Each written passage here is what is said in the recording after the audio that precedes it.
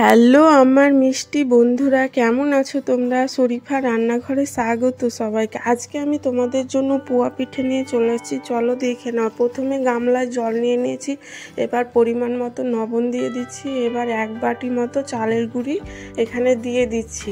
বন্ধুরা কেউ চাইলে এখানে বেশি পরিমাণের চালের গুঁড়ো অ্যাড করতে পারেন, কারণ এখানে আমি অল্প বানাবো তাই 1 বাটি মতো দিয়েছি। কেউ চাইলে বেশি দিতে পারো। বন্ধুরা এইভাবে হাত দিয়ে এটা ভালোভাবে আমি মেখে নিচ্ছি, একবার দেখে নাও, কারণ এইটা বানানো খুব সোজা এবং খুব তাড়াতাড়ি এটা হয়ে যায়। কারো খেতে মন চাইলে এইটা তাড়াতাড়ি বানানো হয়, তার জন্য এই খাবারটা খুব ভালো লাগে খেতে।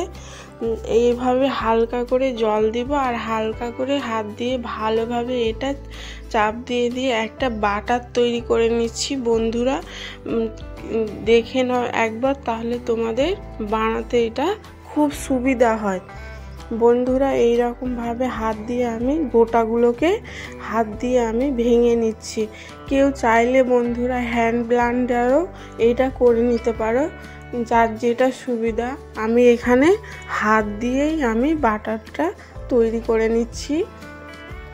বন্ধুরা দেখো কি সুন্দর হয়েছে বাটারটা, খুব গাঢ় না এবং খুব পাতলাও না, একদম পারফেক্ট হয়েছে। বন্ধুরা এবার উনুনে খোলা বসিয়ে নিলাম।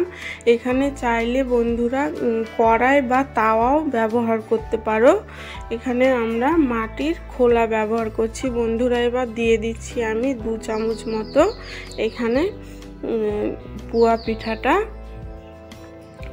এরকমভাবে এখানে দিয়ে দিলাম। দিয়ে একটু হালকা আঁচে এটা ভালোভাবে সেঁকে নিতে হবে, যাতে আমার তলায় লেগে না যায়। বন্ধুরা অবশ্যই এটা জোরে দিতে হবে না, হালকা আঁচ দিতে হবে, কারণ তলায় লেগে যাবে। এইভাবে করে খুন্তি দিয়ে আমি সাইডগুলো একবার নড়িয়ে নিচ্ছি, যাতে আমার তলাটা লেগে না যায়, তার জন্য। দেখো বন্ধুরা এইরকমভাবে আমার একবার দেখে নিলাম, দেখে এইটা আমি আর একবার দেখে নিচ্ছি আমার তলাটা হয়েছে কিনা। তল দিকটা ভালোভাবে সেঁকানো হয়ে গেলে আমি এটা এবার উল্টে নেব। দেখো একবার বন্ধুরা এইরকমভাবে আস্তে আস্তে খুন্তি দিয়ে তোলে এইভাবে হাত দিয়ে উল্টে নিচ্ছি। বন্ধুরা কি সুন্দর হয়েছে তলপিঠটা সেঁকা, একবার দেখো বন্ধুরা, দারুণ হয়েছে সেঁকাটা।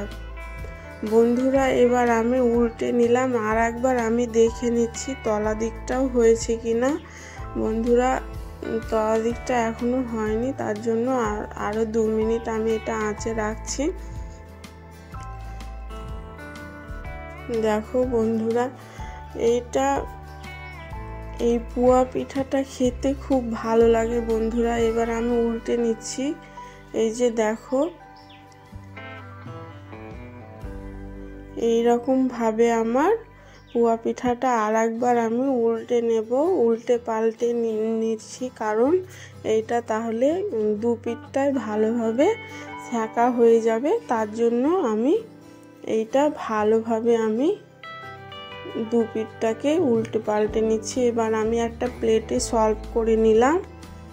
দেখো বন্ধুরা কি সুন্দর হয়েছে। পরেরটাও আমি একই রকমভাবে বানিয়ে নিচ্ছি, হালকা আছে। এটাও আমি এই একই রকমভাবে বানিয়ে নাড়াচাড়া করে নিচ্ছি। বন্ধুরা এবার আমি এটাকে উল্টে নিচ্ছি এইভাবে করে, দেখে নাও। এবার আমি এটাও হয়ে গেল। বন্ধুরা কি সুন্দর হয়েছে। এবার আমি সলভ করছি।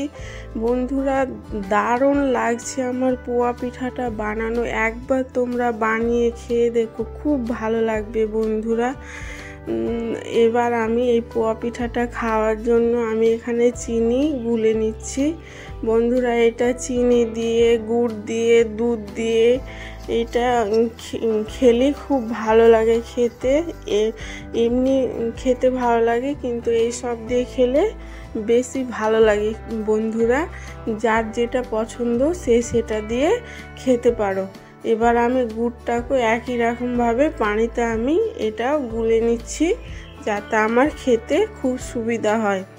বন্ধুরা দেখো আমার দুরকমই তৈরি হয়ে গেছে, গুড়টাও তৈরি হয়ে গেছে, চিনির গুলাটাও আমার তৈরি হয়ে গেছে। এবার হাত দিয়ে ভেঙে এটা আমি দেখাচ্ছি কতটা সফট হয়েছে। বন্ধুরা এই রকমভাবে বানিয়ে খেয়ে দেখো, খুব খুব ভালো লাগবে। বন্ধুরা অবশ্যই ভালো লাগলে আমাদের চ্যানেলটা তোমরা সাবস্ক্রাইব করতে ভুলো না, লাইক কমেন্ট শেয়ার করে দিও বন্ধুরা। এবং নিত্য নতুন ভিডিও পেতে আমার চ্যানেলটা অবশ্যই সাবস্ক্রাইব করতে ভুলো না।